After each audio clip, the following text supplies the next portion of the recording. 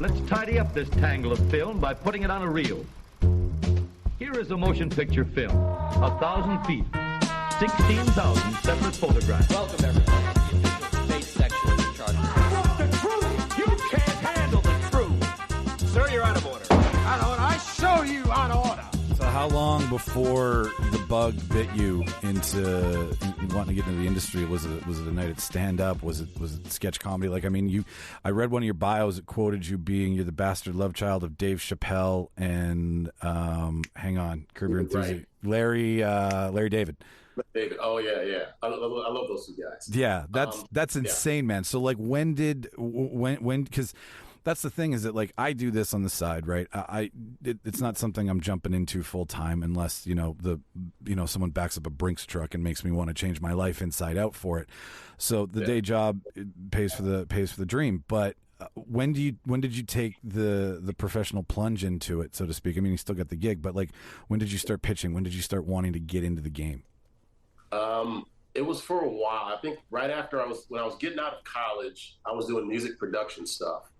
And I remember a girl I was dating named Laura.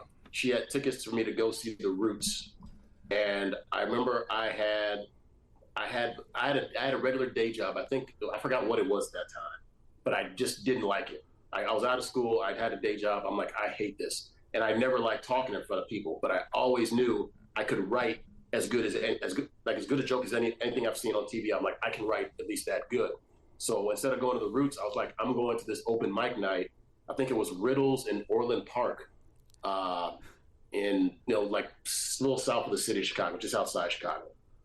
And after that, I'd go there every week, and I started going to spots in the city, and I'd be going all around the city. That's where I met I'm still friends with like Hannibal Buress, wow. T.J. Miller, Kumail. We were all kind of in the same age. Kumail Nanjiani, is that who we're talking about? Yeah. Wow, exactly. Man, that's a circle to come up in. Exactly. And who was else there? Dion Cole. It was a lot of good guys. Oh my God, that's fun. Yeah. And so as it was going around the city, when I started, Hannibal was like the guy you didn't like. He was like, everyone's like, this guy's different. He's really good. TJ his improv was through the roof. Kumail was dope, and I was just starting. So as those guys moved out, it became like in my last year or so, like 2008 in Chicago, people were like, you're the next guy that's going to blow up. That's what all comedians kept saying. So I chose, was I going to move to New York or LA? And I picked LA because I want to do more writing stuff. Sure, yeah. And that's when I went full. At that time, I was touring throughout the Midwest a lot. Like 3 out of 4 weekends a month, I was probably gone somewhere doing shows. Even while I kept the construction gig, it was funny how I got out of that gig. It was do tell. Actually, yeah. Well, first of all, no one knew I did comedy because I didn't want anyone to know I did comedy. I hear that. A couple of the guys, electricians, MJ Electric. I'm in a meeting one day, and I get a call on my BlackBerry, and it's one of the guys at MJ. Yeah, that's how long ago it was. One of the guys at MJ Electric was like, "Hey, Haji, are you a comedian?" I said, "What? What are you talking about?" He's like, "We just saw some of your clips on YouTube. Why don't you come to our trailer real quick?" Fuck. And I was like, fuck, yeah, exactly. And I went over there, and they're like, "Oh man, you're pretty funny." This guy's like, "We won't tell anyone. We obviously know you don't want people to know." So they were real cool about it. But I go over their trailer, and we just talk about like either Family Guy or whatever's on TV or whatever funny stuff's going on. So that kind of happened, and then I'd be gone so many, like, as soon as I'd leave work at like 3:30, I'd be out in Michigan, I'd be going to Indiana or somewhere to do gigs. And as our project was ending, they kept trying to get me to go move to another spot because we had a contract with ComEd that was up. So they're like, "You want to go to Appleton, Wisconsin? You want to go to somewhere else, Southern Illinois?" And I was like, nope. I want to go to none of those places. So eventually my boss, Paul Ives, I had rejected like 4 or 5 places. He was like, "Haji, what's going on here? You see the writing on the wall. If you don't go one of these places, you won't have a job." He's like, "You can just tell me straight up what's going on. It won't matter. I just want to know what's going on." And I told him, I'm like, "Yeah, I've been doing comedy and writing for a while now. I can basically pay all my bills by doing stand-up, and I'm probably going to move to New York or LA within the next year. So that's why I don't want to move to these other places." And he was like, "Oh, okay. I won't tell them exactly that, but I understand. Good luck." And I was like, "Okay, cool." So after that point, I think I was let go the day after Obama was elected. Okay. 6 months later, I moved to LA, And that's when I was like full bore into everything in LA for comedy scene. So that's like 2009, 2010, right around there. Yeah, exactly. Do you think that may have led to, like, were you afraid at all? Were you losing your shit? Like, you know, you're packing up, you're rolling up a stake and you're going to Vegas essentially, right? And who knows what's going to happen? Pretty much. But the way I am, like, I think I had like 20 or 30 grand because I always live under my means. So like at that point, and because I was let go, I was collecting unemployment. Okay. And then Obama extended the unemployment. So I was like, I'm good. We're really good out here for like 2 years. I don't need to do anything. Like I remember I was doing a CBS diversity comedy sketch thing in LA. I was just after I got signed to 3 Arts and CAA for representation. And I remember we're doing it, and what's his name? London Brown. He was on Ballers. He was in it. Tiffany Haddish was with me. Fortune Feimster. Justin Hires, who was in, I know, a couple of 21 Jump Street movies. But I think Tiffany Haddish was like obviously the star of that. Blew up. But we were doing, I think we were near the end of that sketch comedy thing. We're like doing our final performances. And I remember London asked me, like, what do you do? What do you do for a living? I'm like, I work as a bouncer in Venice like once or twice a week. And he's like, does that pay the bills? I'm like, oh no, I'm collecting unemployment. Thank you, Obama. And he's like, well, what happens when your unemployment runs out? I'm like, I don't know. I was like, I don't know. And I don't really want to think about it right now. That was really it. But I remember that got me thinking, like, I better start getting like some kind of regular-ish job. And that's how I got into bouncing in LA more.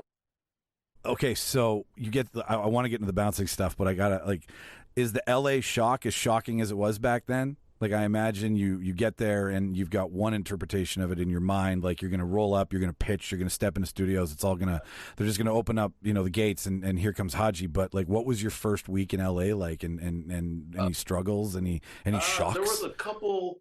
It wasn't really a shock of like the scene or anything like that. Like, I didn't really know anyone in LA full time at that time. Hannibal would pop in because he had either shows or some TV or movie stuff. So I'd hang out with him a little bit. But I think it was more just like the picture people have of Hollywood and what it is not what it really is. Like, I was this was actually the first week. I remember there was a kind of biggish open mic called at the Pig and Whistle on Hollywood Boulevard. And that's where I met Gerard Carmichael, just had moved out there. And there was a bunch of other people. I'm trying to think, no other big names, but like, Gerard's kind of big now. So, yeah, exactly. So I remember I was walking up to the Pig and Whistle. I had to park my car and walk about a block. And there's like behind the Pig and Whistle, there's like a old school. I don't know if it was still open. They have like these big platform stands where like there'd be a big gargoyle, but like the gargoyles weren't there. And as I'm walking up, there's a bum sitting on one of those. I'm like, why is he sitting up there? And as I get closer, I'm realizing he's not sitting. This guy was taking a shit on the pillar. And it's like 6 o'clock and it's still bright out. I'm like, this guy's taking a shit like 80 feet away from one of the like Walk of Fame stars. Like Dolly Parton's name's like 75 feet away. And this guy's taking a shit like 12 feet in the air.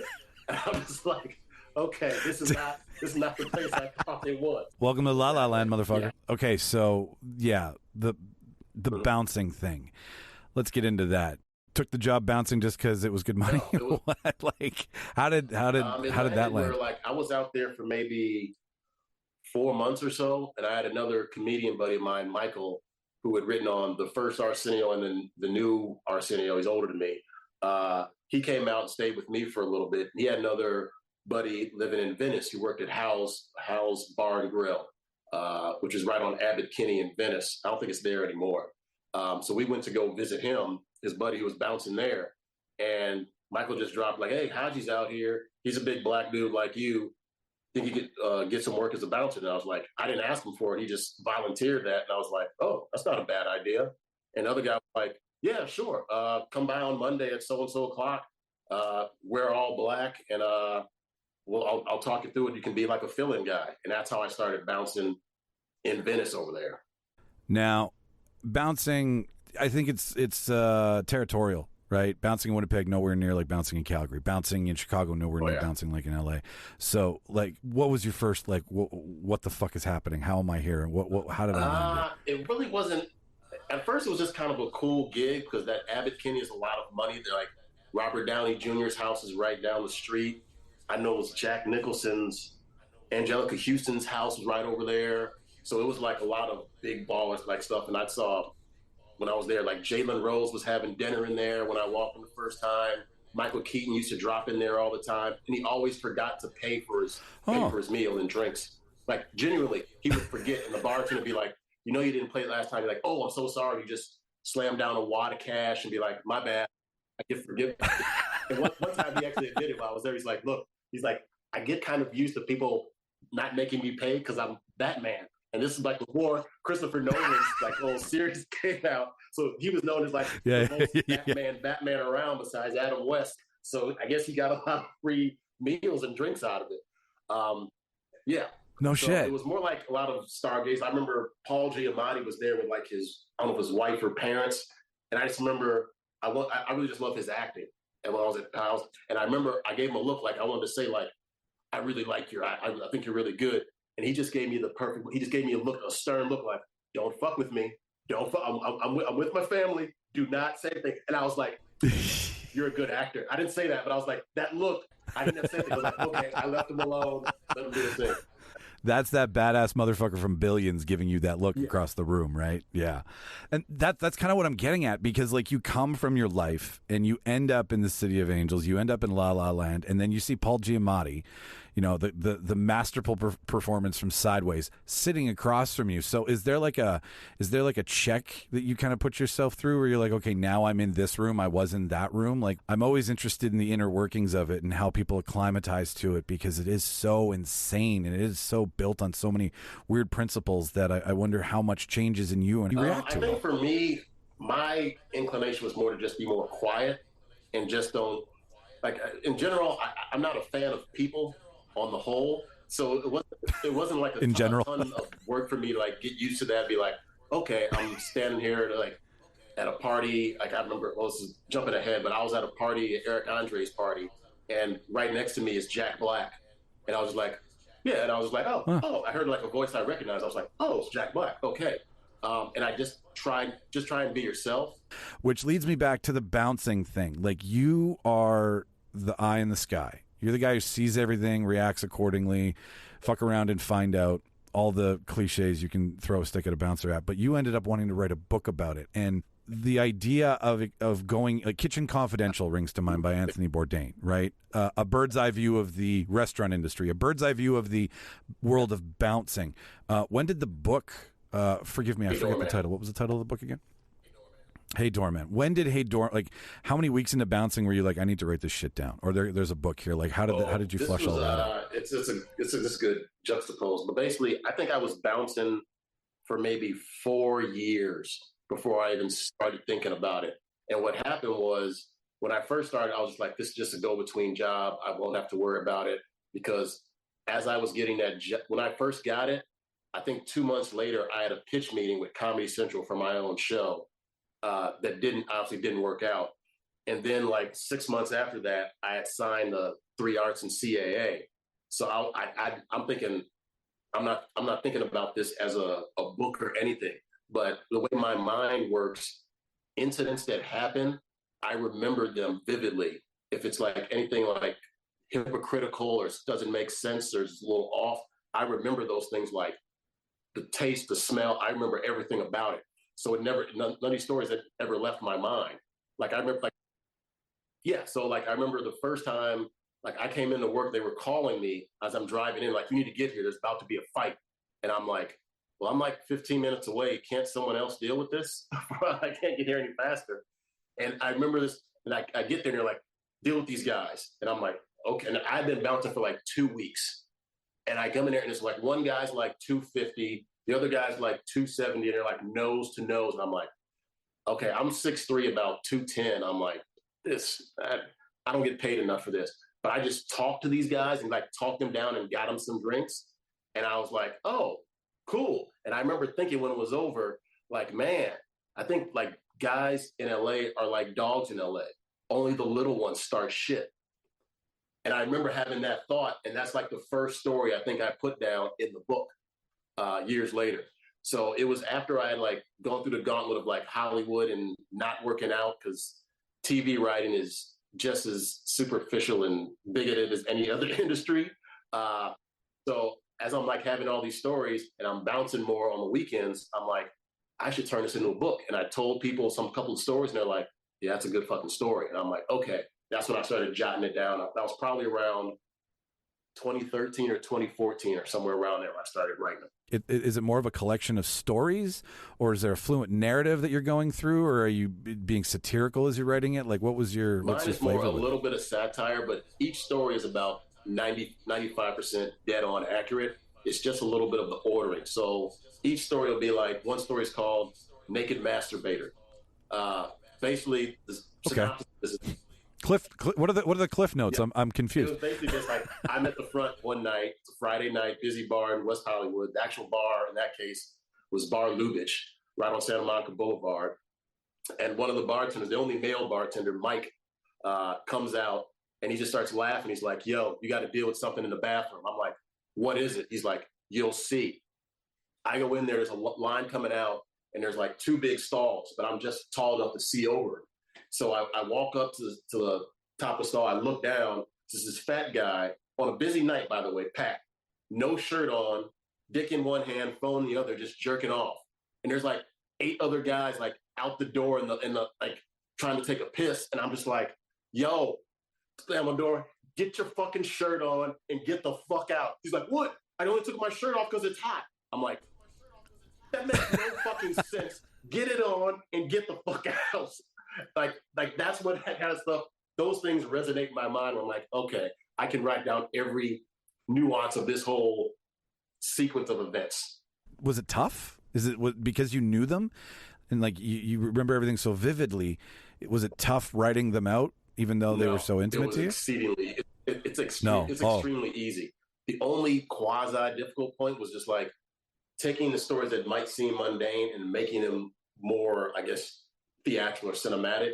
So a lot of my comedy, I'll reference a bunch of different movies that maybe resonate with this scene or who this person seems like. So it'll be a lot of TV references, movie references, all through everything, a lot of music references. So that was probably the only difficult part, but the actual sequence of events of what transpired is blindingly easy to me. It's the easiest writing I've probably ever done.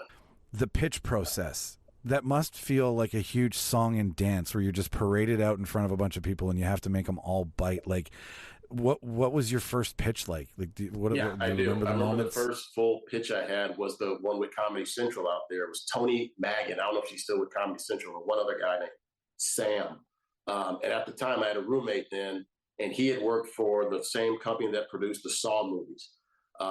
He was like low down on the ranking or whatever at the company, but he had been in a lot of pitch meetings, and I never pitched. So I was like, why don't you come pitch this thing with me? I had already written the pilot, but he's like, oh, we should do this, this, this. And we had basically flip cards of like describing the characters and showing the main guy looks like Jason Segel, or so-and-so looks like this will be Jessica Alba or whatever. So it was a little bit of a song and dance, which as a writer is kind of annoying to me.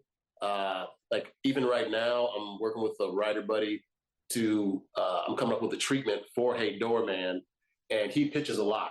And I think he has one golfing show that's got picked up, but it's because of the strike. They're kind of biding time and waiting for stuff. But since he pitches a lot, he's giving me advice on how to really sell yourself in the writing of it and for pitching. And in general, I don't like that at all. I'm just like, I'm a writer. I'm just like, if you like the idea, pay me to write the pilot. If you don't like the pilot, oh well. But I write, so let me just go ahead and knock this out, and you guys do what you got to do. Like that's kind of my mentality. So I've had to revise that a little bit because I have to put on a little bit of a song and dance or put stuff in there like, why are you the person to write this? But for the Hey Doorman thing, it's easy. He was telling me, it's like, this is autobiographical. This is your life. So it's basically 10 years of your life in LA. I'm like, yeah, I'm the only dude who should write it. This is a 10-year chunk of my life. So it's easy to pitch this one, but everything else, because I used to write a lot of fiction. I don't like pitching in general. It just seems so like I'm horrible at self promotion. I just don't like it. I'm like, hey, look at me, look at this, look at what I can do. Like it, and I'm an only child. You'd think I'd be born with that skill, but you know, it's, and I just imagine I'm like, okay, if you ever want to pitch an idea, you sit down with the suits and I mean, we've seen every sketch out there of it going down, but is it as remotely close to some of, like, is it you're paraded into a conference room and you're like, hi, I'm Haji, and like, it's very similar to the Seinfeld kind of pitch where, usually every kind of pitch meeting I've been in, no one, like the executives, they're not in suits like they were with the Seinfeld thing. Maybe that was just NBC or what they were presenting. They're never in full suits, and they're a little more looser than that. But that sort of like hive mentality, where like they're waiting for one person to laugh, and then everyone else joins and laughs, like that is there. That is completely there, 1,000%. Like usually they'll say, hey, just have fun, pitch us your idea, blah blah blah, this and that. They're not as stiff, but they don't really laugh at that much. They don't want to seem, I guess, they probably don't want to seem too impressed. They think they're going to get a big contract or whatever. But there's something about it. There's like a disconnect, because I think they're thinking about, how do we sell this? Can I sell this to someone? And you're just thinking like, I want to present a good idea and put on a good performance of this idea. And they're just thinking like, how do I sell this to my bosses? How much is this going to cost? So there's a natural disconnect, because they're more business sided and I'm more artist sided. So those things naturally just kind of clash to me.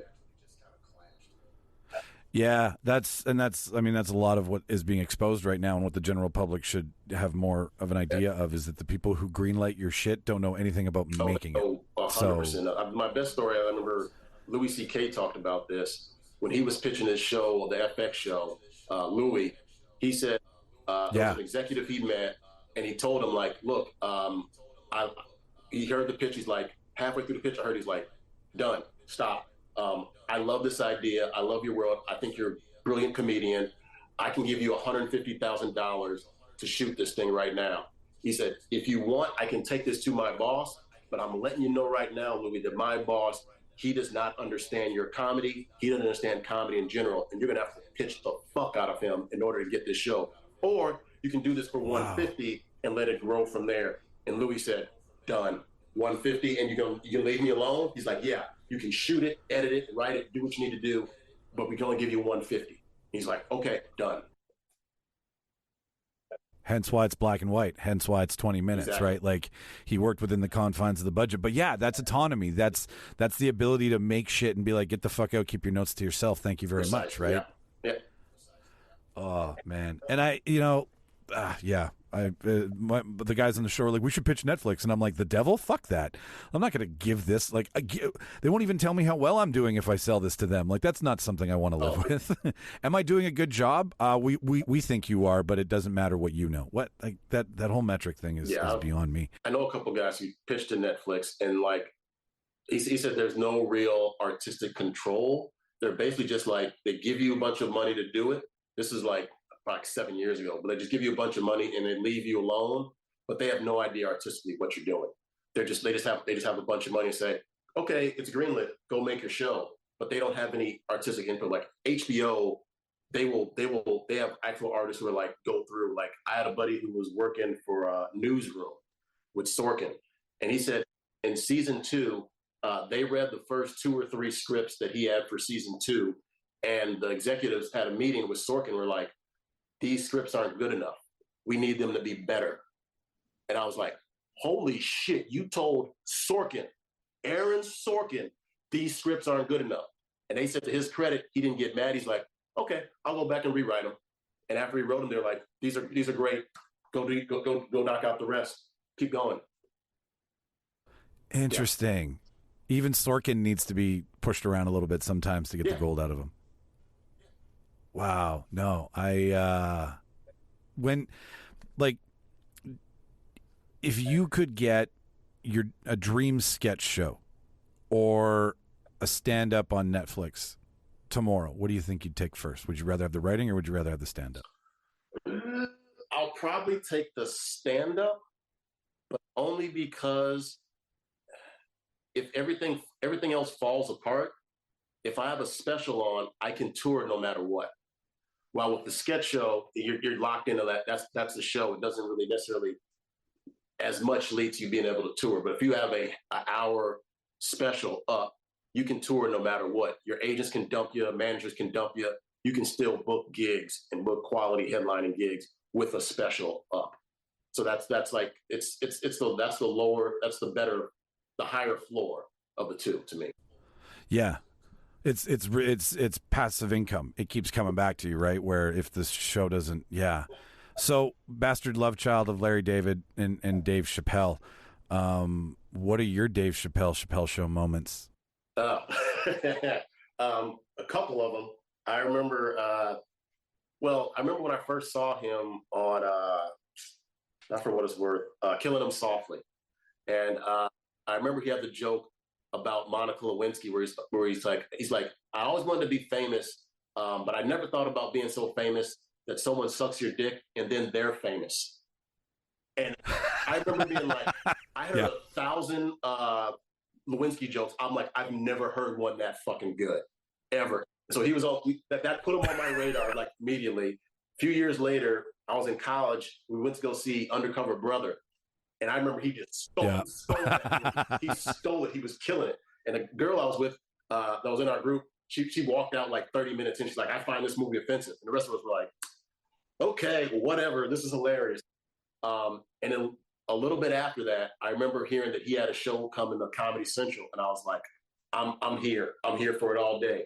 Watched that first one with the black-white supremacists. And I watched it. And he came back the next week. And after that first show, I told people, like, you've got to watch the show. I've never seen anything this good. This show is hilarious. And the next week he comes back and he's like, I can't believe we're still on the air. And I'm thinking, like, I can't believe it either. I don't know how you got that first episode through. And after that, I was a diehard fan ever since. Yeah. The Prince stuff, the Charlie Murphy stuff sticks to like lives rent free in my brain. God bless them both. I just was at Paisley Park a couple weeks ago. That was where I went for a road tour. And there's like, as soon as you go to Paisley Park, you go down the biggest Prince rabbit hole of your life, and then you come across Dave Chappelle every third video on YouTube Shorts, and it's just that story on repeat. But then a Prince one comes up, and someone's interviewing him, like some fucking high collar asshole interview, and Prince is like, "Oh yeah, I asked him to play ball. Oh yeah, I'm better than him. Oh yeah, I outshot him." Like, and he Prince tells the story so beautifully, because it's like Chappelle's version is the best version, but he's just so matter of fact about it. Man, fuck, I miss that. He's my favorite musical artist, probably of all time. Just like brilliant. He's absolutely just plays every instrument, sings and writes everything. And I saw a doc on him where he was recording Purple Rain, the album, and he told his engineer, he's like, I think we're going to start a little later tomorrow. So let's start around 8, 9 o'clock. So you can get a little rest. It's late. He's like, only way we're going to come in here early is if I dream a song. He called the engineer at 4 a.m, like, get to the studio. I dreamed a song. And I'm like, what the fuck? I was like, wow. Yeah. They take you into the recording studio and they isolate the two instruments that are encased in solid plastic to keep them from dying and aging. And it's the first synthesizer that he used and the first keyboard. And then they play When Doves Cry, and then they isolate that instrument doing its job and how he ripped the bass out of it. And like, the candles are lit. It's all purple. Like, they left everything just fucking immaculate. Then they take you through the 12,000 square foot sound stage. You see where he made pancakes for everybody at 2 a.m. Like, it's just a fucking trip down memory lane. But I just love how the dude figured out how to screw the music business. Like, with the artist, I always thought the artist thing was an artistic endeavor. Right. I didn't know anything, and I was young at the time. But then you find out when you go there and you're like, well, Warner Brothers owned him, and he didn't want to be owned anymore because he says, if you don't own your masters own you, which is such a good quote. And he had enough music that he had just made, just fucking noodling around, that he still owed Warner Brothers 5 albums. So he just gave them second-tier music that he just could give away, and then got rid of those 5 albums. But Warner Brothers was like, well, the contract's for 10 years. So the contract was under the Prince identity, which is what forced him into becoming the artist. And then midnight, 10 years later, the day of the contract expiring, he wakes up the next day and goes, I'm now going to be Prince again because I own Prince. Prince is now me. I did not know that. Like, it's a brilliant motherfucker. And then, like, the Super Bowl performance in Miami when it starts to rain and he's like, can you make it rain harder? Like, I'm going to walk around stage and play electric guitar in a rainstorm. You're fucking insane, man. And they had the shoe room, Haji. Holy shit. You walk in, Prince starts playing. There's like 30 pairs of shoes in the wall. There's this constant B-roll of all of the guys who made his shoes over the years. He got to the point where he would just make his own shoes. He'd come into the shoe shop with the guy and he'd give him a hammer and like would put on gemstones and all that shit on his own. Like he just wanted to make everything. Jesus. Wow. Did you ever go to if you did you ever see that Kevin Smith talk about when he was shooting that doc with Prince? Yeah, you seen it? How he didn't? I thought that thing was hilarious. But go ahead. That story is one of my favorite Kevin Smith stories. But when I was walking through, I was like, "Where was Kevin when he didn't sign the agreement? Where was Kevin when he didn't sign the NDA?" That's what I was trying to figure out the entire time because I'm like, he has all that footage and nowhere to put it. Yeah. So brilliant. No, it's so brilliant. Okay, so you take the special. I like that. I think that's like that's a tool, right? And like what is it about, like there's 2 comedians on the show, Jimmy and Martin, and I've only performed a handful of times live with this show so far. And I grew up performing in theater and musical arts and shit like that. But is it the world giving you all their attention? Is it the laughter in the room? Is it just having a space to get your shit out? Like, what's the therapeutic aspect to your writing and your comedy? For comedy, it's a purity to it. It's probably the most pure thing. Where like when I'm doing like, I probably have the most fun, it's most difficult, but most fun working out new material or trying stuff out on audiences. But once it's like I know like all this stuff works. It's just really just fun, having fun with the audience and kind of making them laugh and doing off-kilter things. So there's like a purity of fun to it. Also, it's pure for me because I don't really like talking that much in general. And when I'm on stage, I have to talk, but it's everything I want to talk about. And no one can like change the subject and be like, screw this guy, because you don't have a choice. I'm sitting there with a microphone. So it's a little bit of being a little bit of like a comedic bully to an audience, which is a little fun. It's like a little dominance. And it's also just a pure, because laughter is an innate thing. So there's a purity to it. There's no like room for subjective BS, I guess, to come out of it. It's pure like, oh, this was funny. It made me laugh. And you know it immediately. You don't have to think about it. It doesn't have to be edited. It's just there. No, I totally agree with you. Like I in its purest form, you're taking people down a journey into ideas and patting the landing with laughter so you can talk about them. Exactly. Right? Because and watching the brilliance of the best like take you so far, and at the end you're like, all right, we can all breathe now. We're fine, right? We're all still friends. Don't jump on stage and beat the shit out of me. Don't go crazy. Like it's fine. How much of what, like, because you started with stand up, and then like how soon after you got to LA were you trying to write for shows, or did you do stand up for a good chunk of time, and then that kind of like you make connections and then you start talking to people and then you can start pitching? Like, when did the actual wanting to write take place? This is like a kind of, I guess I got to structure this properly, like, because when I was in Montessori school, and like all my teachers from 1st through 6th grade had all said that they thought I would be a writer when I grew up, because I used to write like I guess novella length like stuff in like 3rd and 4th grade. I read like Stephen King in like 4th grade, Dean Koontz. So I enjoyed writing stories all the time, and before I'd ever written a joke. So for me, when it came to writing, writing a feature length or a half-hour comedy was almost as natural as writing jokes. I remember my managers and agents saying like, I would write like a 30-minute, like the thing that got me signed to the CA in 3 Arts was a spec script of Eastbound and Down, where basically I just had Kenny Powers had to teach sex ed. It was after the first Eastbound and Down. And dude, I got to cut you off there. We have a debate where we use Arnold Schwarzenegger to teach sex ed. I like that. That's all. What Arnold Schwarzenegger character could teach sex ed? I'll tell you right now, Conan the Barbarian one. Go on. So like, I guess the speed, like I wrote that spec script in like 36 hours. And I would have wrote it in one day, but I went to do comedy that night. So I finished it the next morning. So everything, like I write stuff fast. Like I've written, I think it takes me about fully done, like 30 days to write a feature film. And for like a pilot or a half hour, it's basically 72 hours. And like for a spec, it's faster because I know the characters and everything. So. Okay, yeah. So is spec usually where you audition? Is that where you kind of get noticed, right? You write your own version of what you think should be done, submit it to an agency, and then they're like, hey, this could actually have legs. Yeah, that's how it works theoretically. But like, here's how it worked for me. Where basically I wrote that Eastbound and Down spec. I sent it into a contest, and it went like top 10 or something. So I won some money for the contest. But a couple of producers were like, hey, you need to get this script to 3 Arts or Mosaic. Mosaic's Will Ferrell's management outfit. I think not his personally, but like it's the second biggest. Or like that and 3 Arts are like neck and neck. And I was like, okay. So I told the guys at the contest, can you get it to them?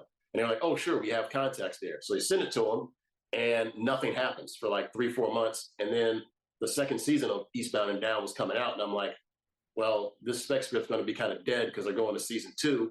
So I hit up some friends. I knew Rory Scovel, another comedian. He was represented by Mosaic, and he told me that he's like, they're not really looking for any specs. I'm like, okay, cool. And then Hannibal was with 3 Arts, and I'm like, hey, can you do anything with this? He's like, yeah.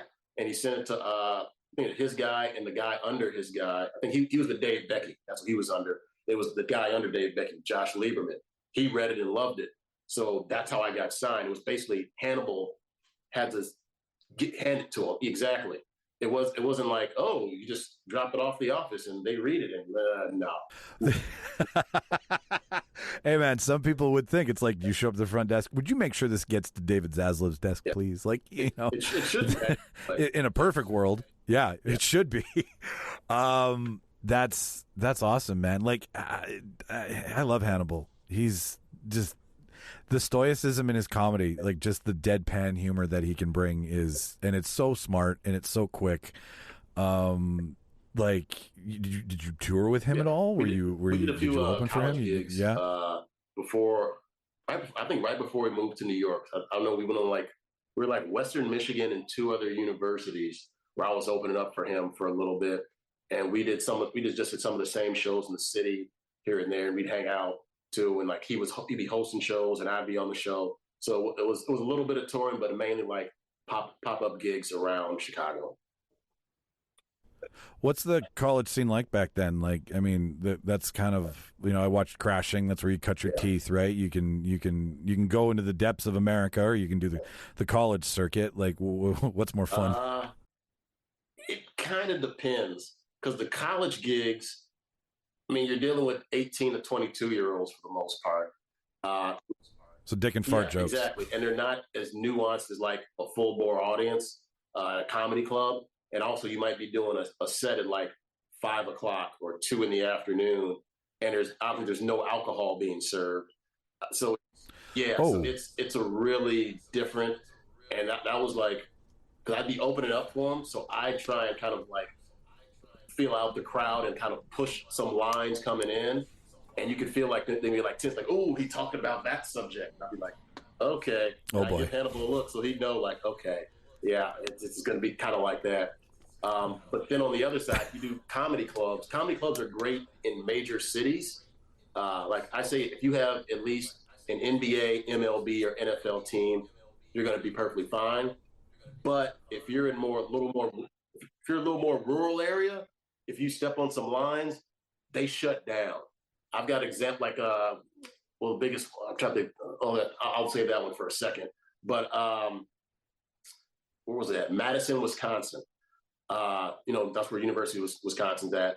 But I did a lot of shows up there, and the headliners kept telling me, like, the one thing you can't do with an audience there, you can't do anything about religion or politics, or they just inherently shut down unless you're like Bill Maher or someone big. We're like, they're there to see them.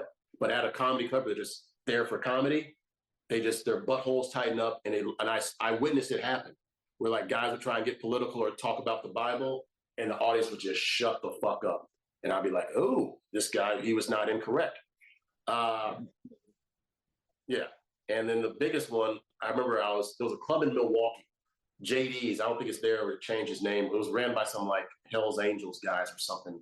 Or like, they were like, it was Hell's Angels, the Outlaws, which is why they like me because of my last name. Like, oh, Outlaws here. They were like, yeah. But I used to do stuff there and I get away with a bunch because it was Milwaukee's great. There was another club like 4 exits out in like Brookfield, Wisconsin or something. And I remember I had this deadpan joke where it was kind of like Conan O'Brien's in the year 2000, these one-liners. And in one part of the joke, I say,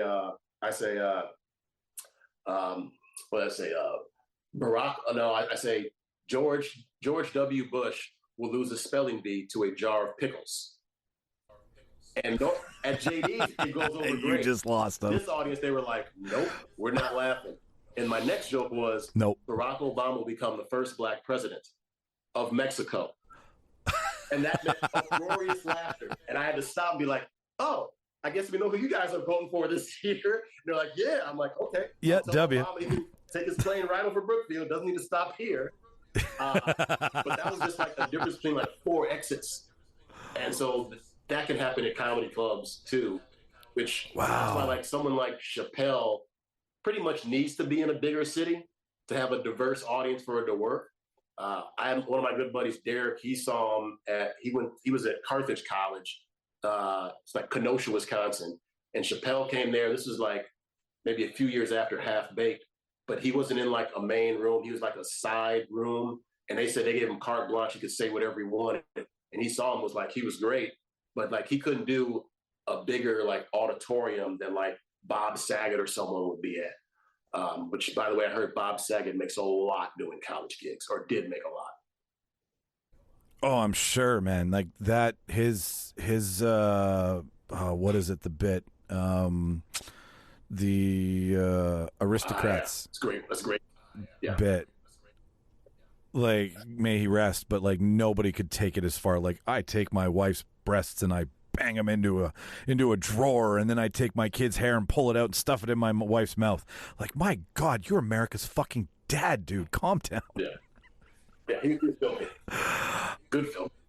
That's all right. Yeah, no, I always, because like the Pete, what's his face from Crashing, Pete Holmes, his whole bit of doing college gigs, I was like, I would imagine that would be a fun lay of the land. But now that you're telling me about it, it's like you do want that diversity, you want that age gap, you want that, median income, upper middle class. You want everybody in the room kind of melding on the idea instead of, dick and fart jokes running the whole night.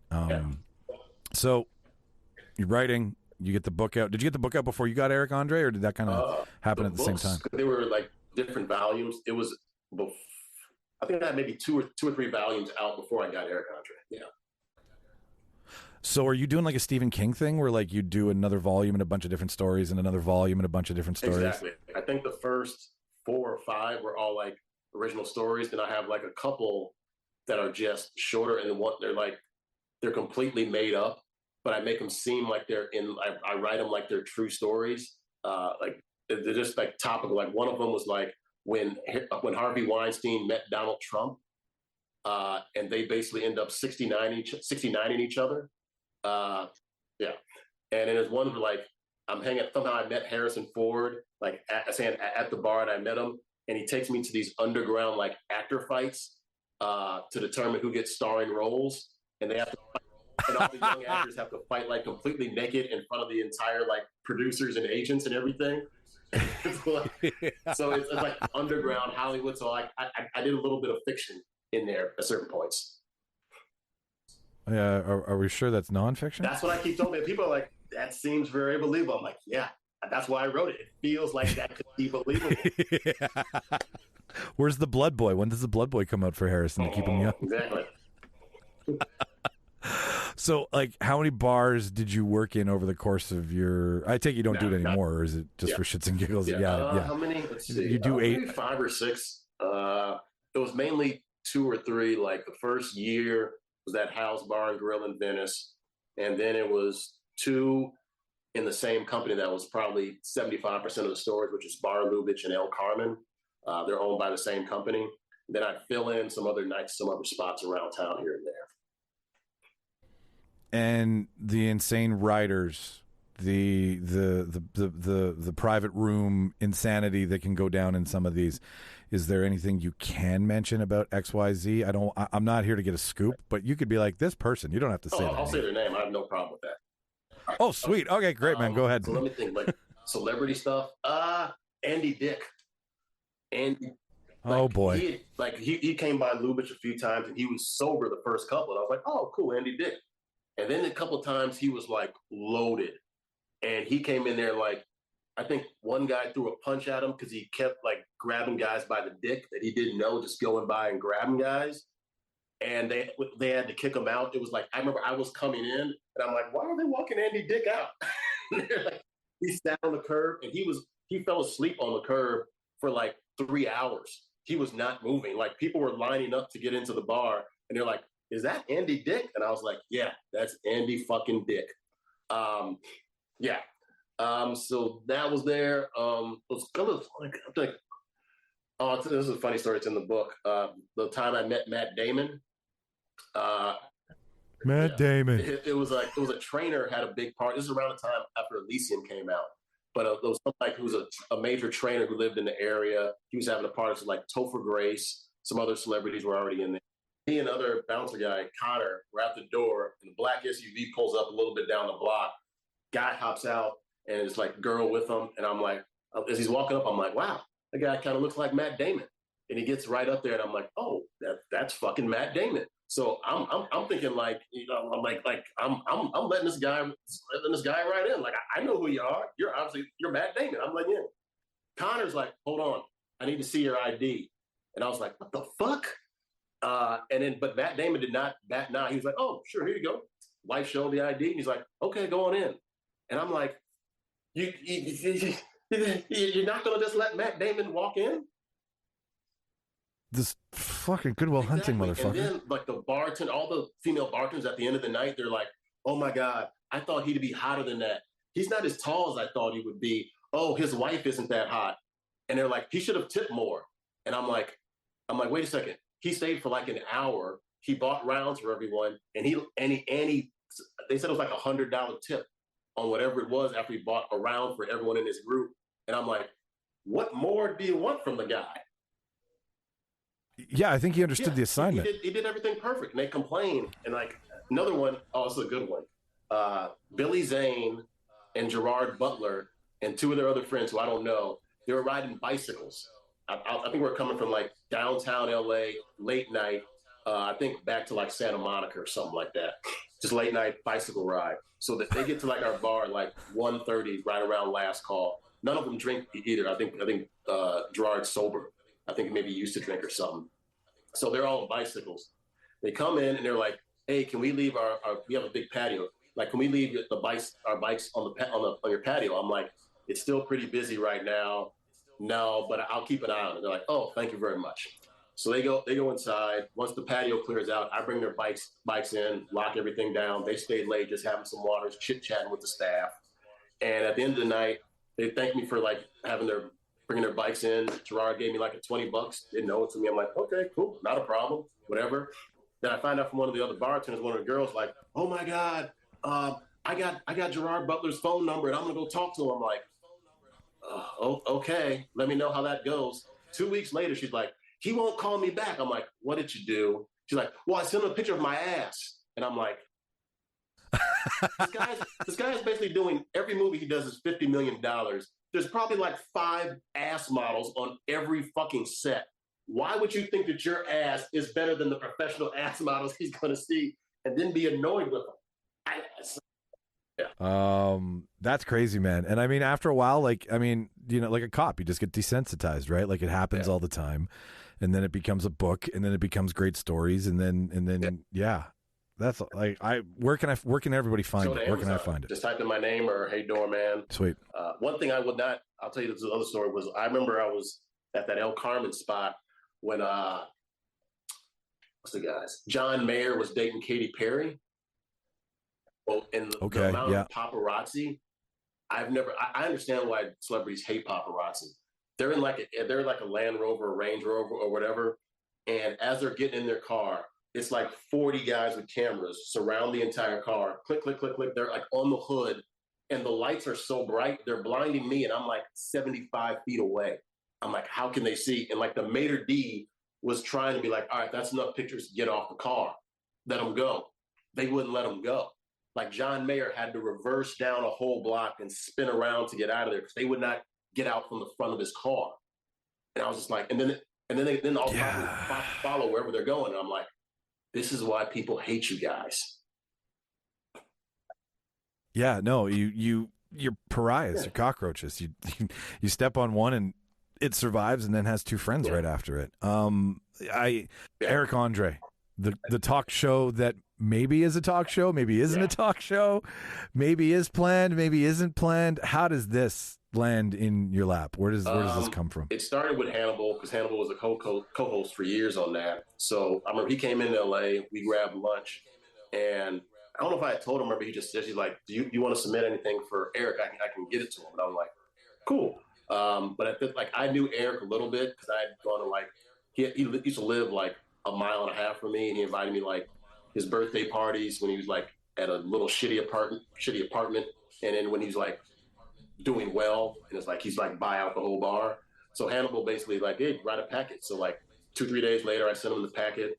He sent it to Eric Andre. He let me know.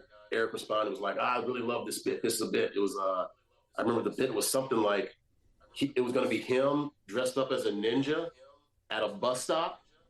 And as the bus is pulling in, he throws like a smoke bomb down, and like everyone else goes like into the bus, but he stays there. When the bus leaves, you just see him still in his ninja mask eating a sandwich, and that was the whole thing. And he loved that. That's a good bit. Oh, okay, good. But I didn't get it that next year. But I think the year after that, he called me up and was like, "What are you doing this Tuesday?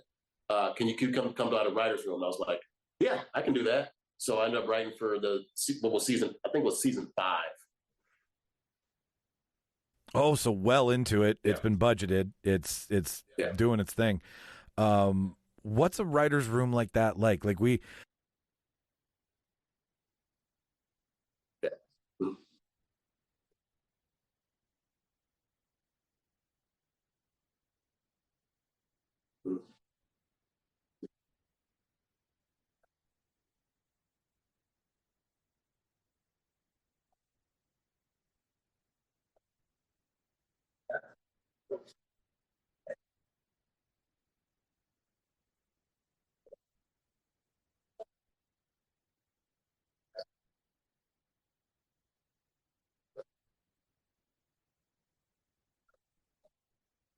It was actually very professional. It was nothing crazy or kooky. It was just like, I think it was 12 of us, 1 or 2 of the directors, because they're brothers.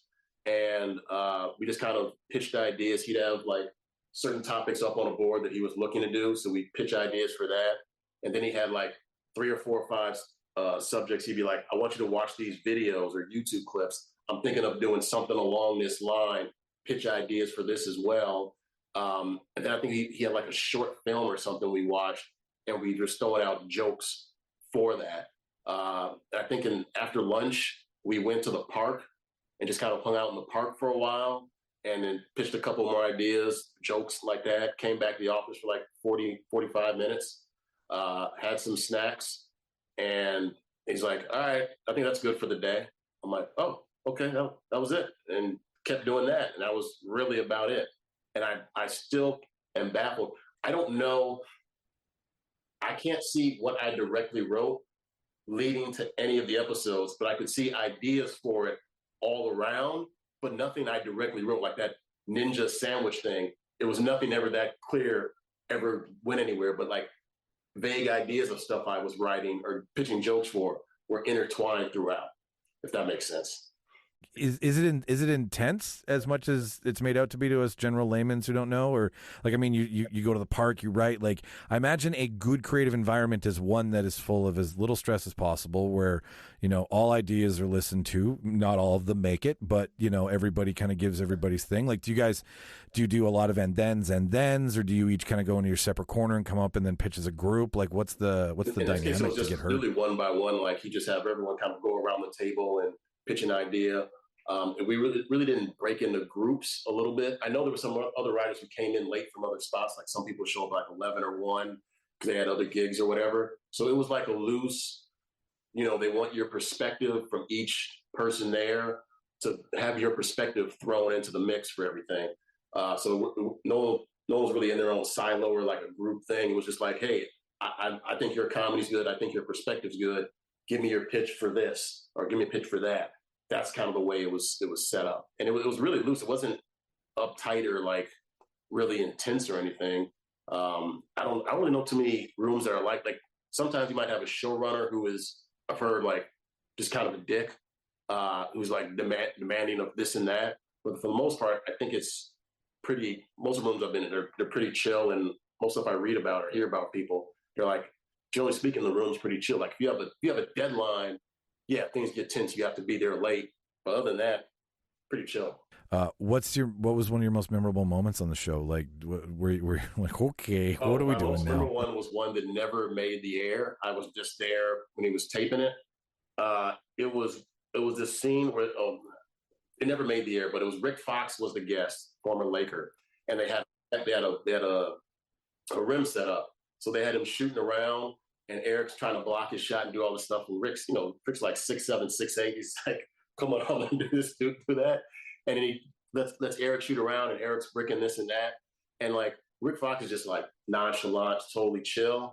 And then they're like, all right, we're about to tape a scene.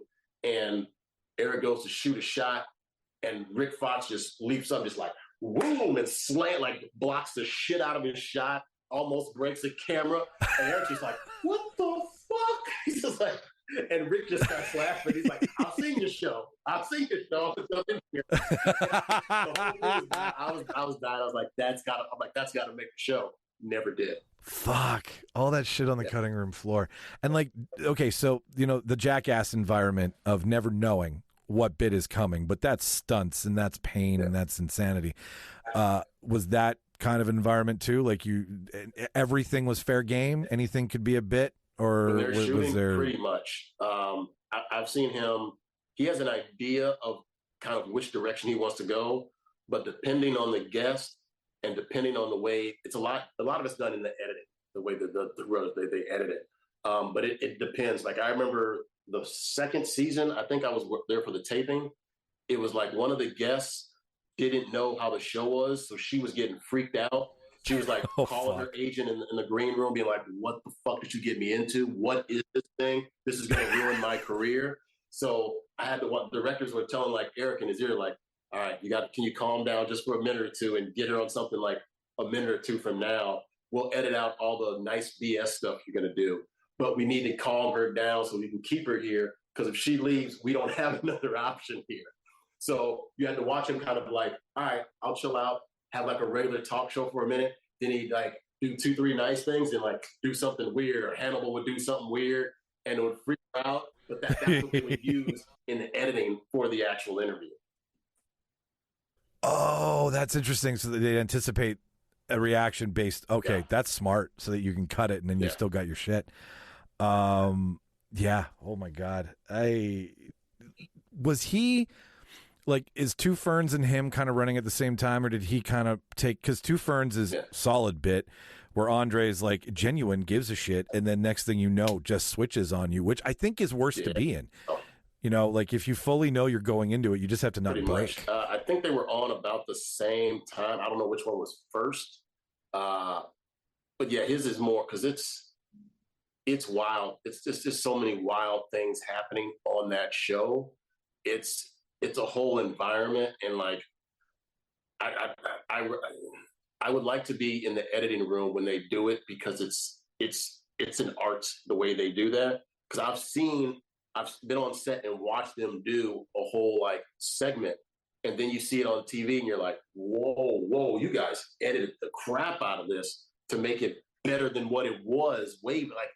So it's the environment there is just on set is just weird, and Eric handles it really masterfully because he knows by feel like when he needs to really ramp it up or pull back a little bit or go left field crazy, or understand and tell the directors, this part right here, we need to cut to something super weird later on in editing.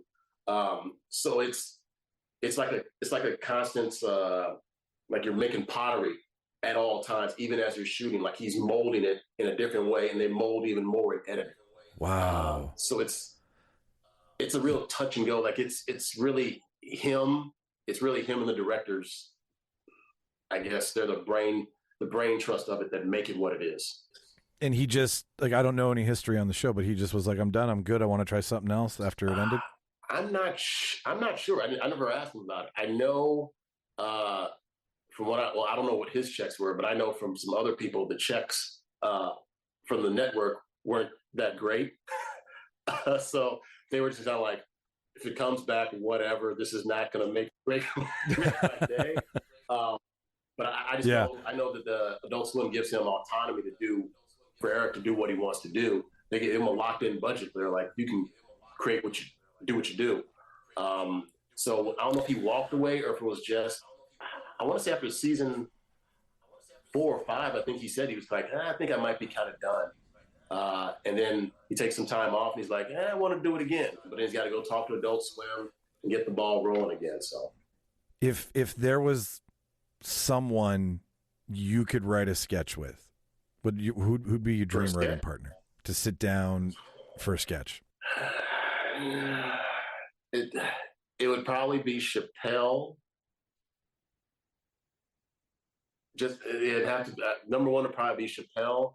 I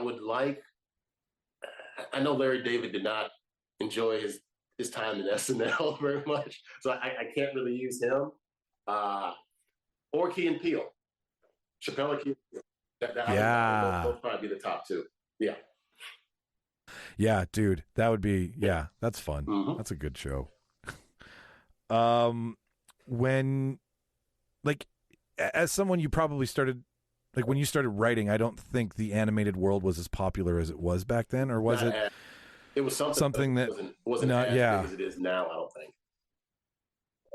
And Adult Swim, I think probably Adult Swim and Comedy Network are the 2 culprits to really push that and to get outside of your normal, like, adult cartoons, right? Adult Swim, literally late night cartoons that no child should ever see.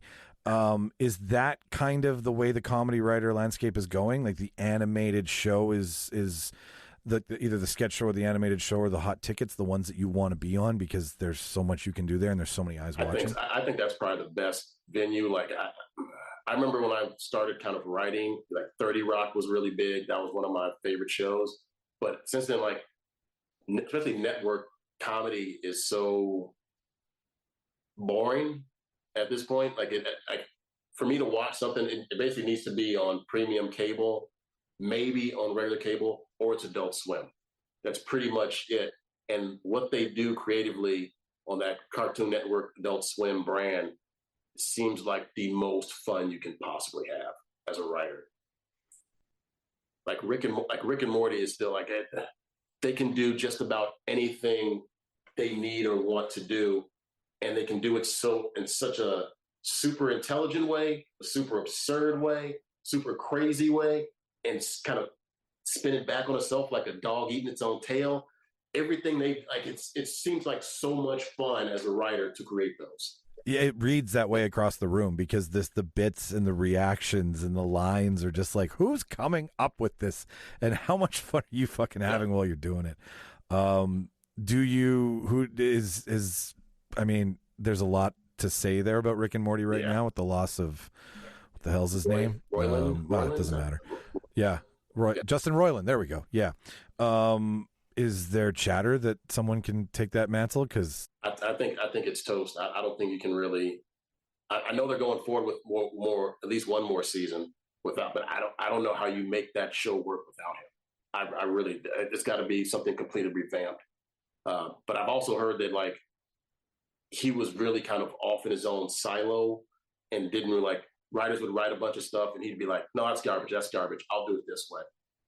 So I heard there was a lot of that going on as well. So it seems like it's more him than anything else. So I don't know how they're going to be able to work it without him involved. I just don't know. I think it'll be a very different show. Do you think the fans will allow it, or do you think there'll be fandom at the gates? The fan base is so rabid. I'm leaning towards it. It might be a bit of a revolt. Yeah, I agree with you. Yeah, because that's a rabid fan base. Is there a character that you like to write the most? Is there a story you like to incorporate? Not really. There's like a type of character I want to write. The type I like to write are basically power characters, or what I call them. That's that Danny McBride type of character. Those guys who are like ridiculously confident, kind of like Larry David, where Larry David, his character, says stuff that he says like, I don't say that. I think that, but I don't say it. I enjoy writing those type of characters. And I guess there's certain characters just in movies and I guess in TV that I've ever seen that I just really love. And I think you see parts of it in my writing. One of them is Ron Swanson on Parks and Rec. Probably one of the 5 best like comedy characters on TV history. He's just unbelievable. Everything he said was gold. Him, John McClane, Die Hard, that type of character. I already said Larry David and Danny McBride. Like I'd say if I'd ask anything about characters I write, Jules from Pulp Fiction. Yeah. Oh. Yeah. Okay. Yeah. Tarantino's I get like it my now. favorite writer. So I think if I write something, I'm inherently like, I'm thinking, would Tarantino respect this? I think I did that innately. Do you think he's going to do 10 and then walk away, or do you think this is one of the biggest long cons in movie cinema? I think he's going to stick to it. I've heard he's been writing the 10th one. I haven't heard any. I think it's something cinema based. I'm hearing rumors about that. Yeah, it's about a film critic. So I think he's going to do that. And I heard he has some deal with Netflix to do like some kind of docu-series or something. And I know he's doing plays and he's written a couple books now. So I think he's comfortable leaving on his 10th. Yeah, I think he'll just do the 10, and maybe 10 years later he'll jump and want to do an 11th. I don't know. Like a one-off, one night only kind of, who should we get to direct this? And he was going to do a Star Trek thing. Can you imagine if Tarantino did Star Trek? Good. And I heard Chris Pine was like, please let, because he wanted to have Chris Pine as Kirk again. Pine was like, oh please, really? Please let that happen. Yeah, but it never. I'm going through your list of everything you told me you watch, and we watch the same stuff. Like you're a Scorsese nut, you're a Nolan nut, you're a Tarantino nut. I am all 3 of those things in spades. Did you Barbenheimer or did you just Oppenheimer? I got plans to probably go see Barbie maybe this weekend with a chick. But I just saw Oppenheimer on Sunday. And very good. What were your thoughts? Very, very good. I'm kind of amazed like how Nolan, like that movie should not have been as entertaining as it was just off the premise of it. To make that a 3-hour movie, which it maybe had one little lull for a little bit, but he got through it like right on to the next thing. And it might have been within the first hour or so, hour and a half, right in that area where maybe it lulled just a little bit. And then it was like, you're good. And what he did there was pretty amazing for what that premise was. It was excellent. Yeah. Yeah. No, dude, I gave it a solid 10 out of 10. I Barbenheimed. Barbenheimed? That's a thing. No, we did Barbie at noon, and then we did Oppenheimer at 6 and took like a 2.5 hour break in between. You're going to enjoy it. Like there's a ton of adult humor in it. It's got a great monologue from America Ferrera. Like we get beat up in it as dudes, but the comedy is there.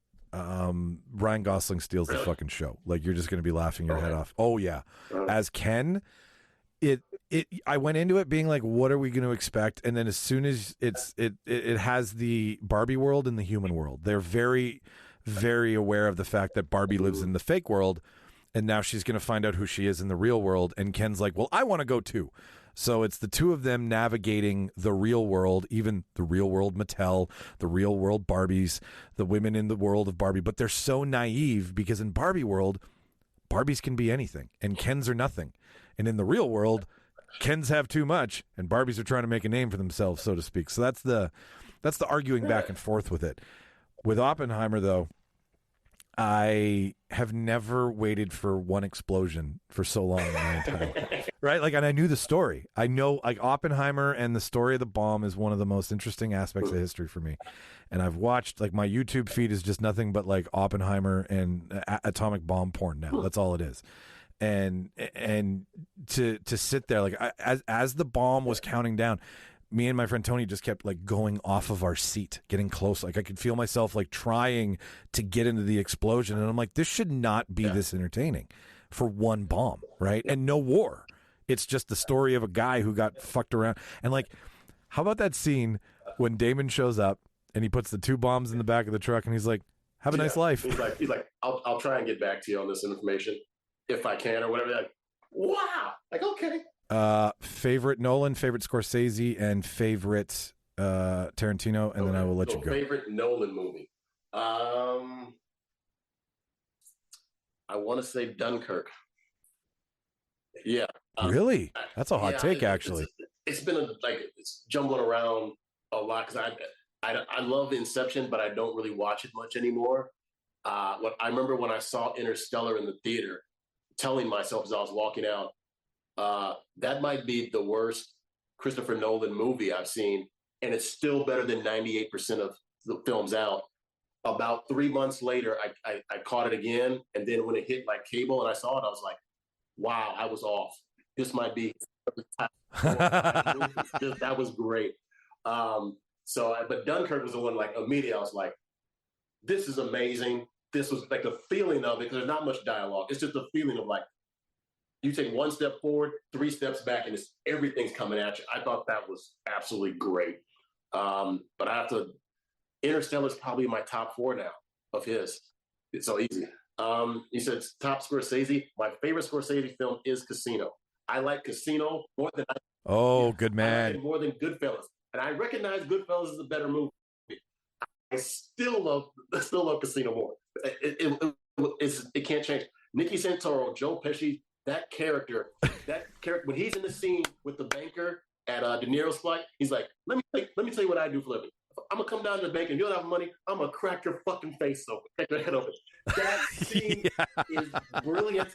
The scene where they're in the desert, they meet, don't never go over my head again, you fucking Jew, you. I love that.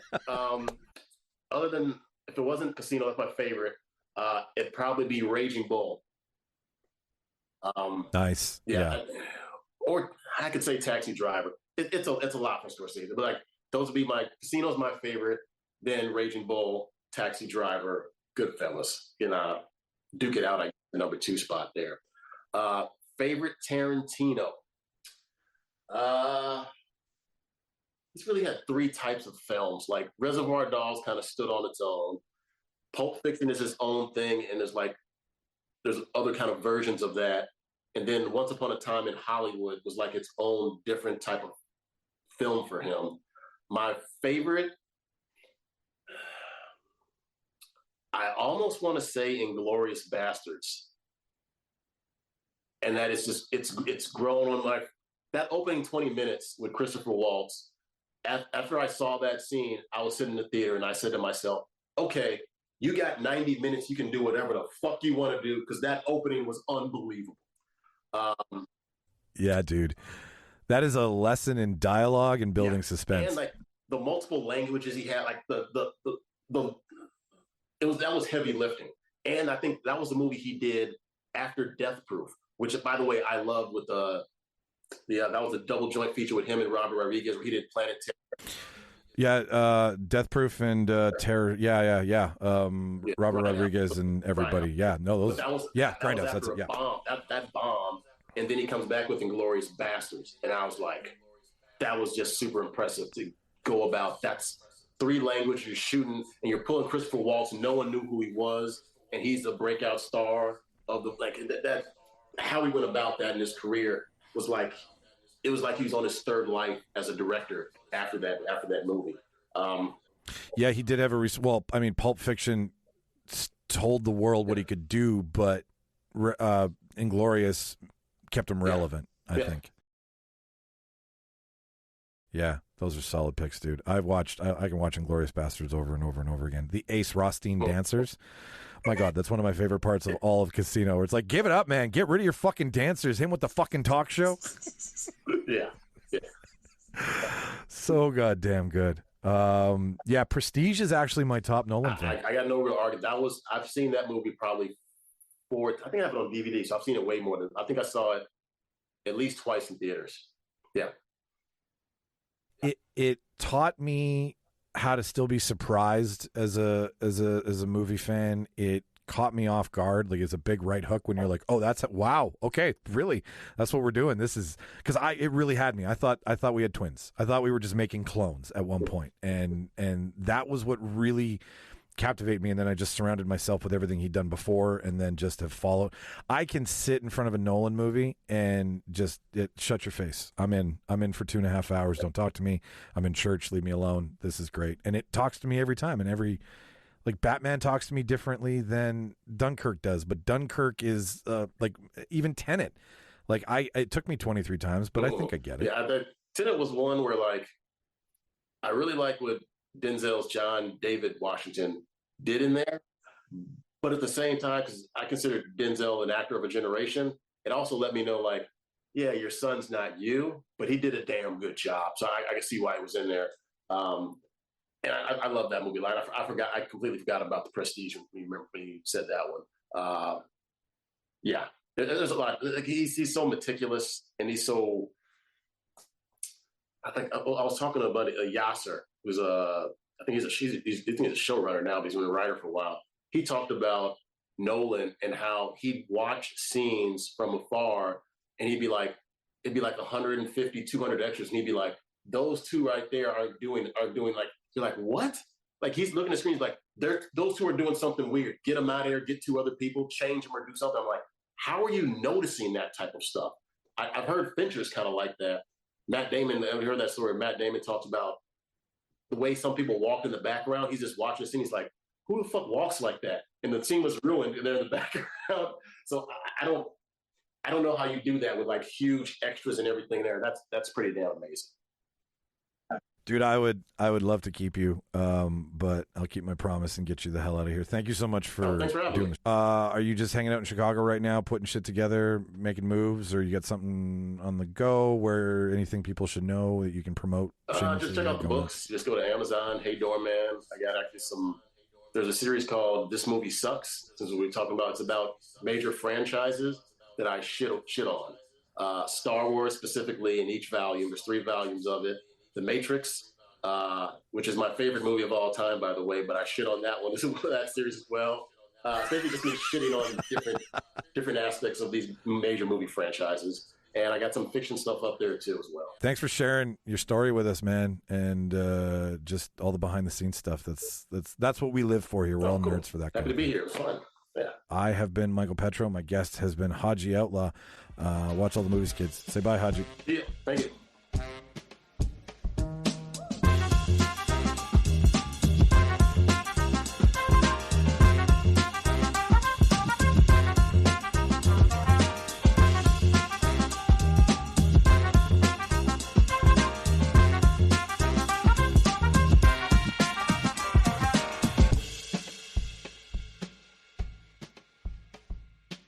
If you have any problems, dial information. Thank you for calling.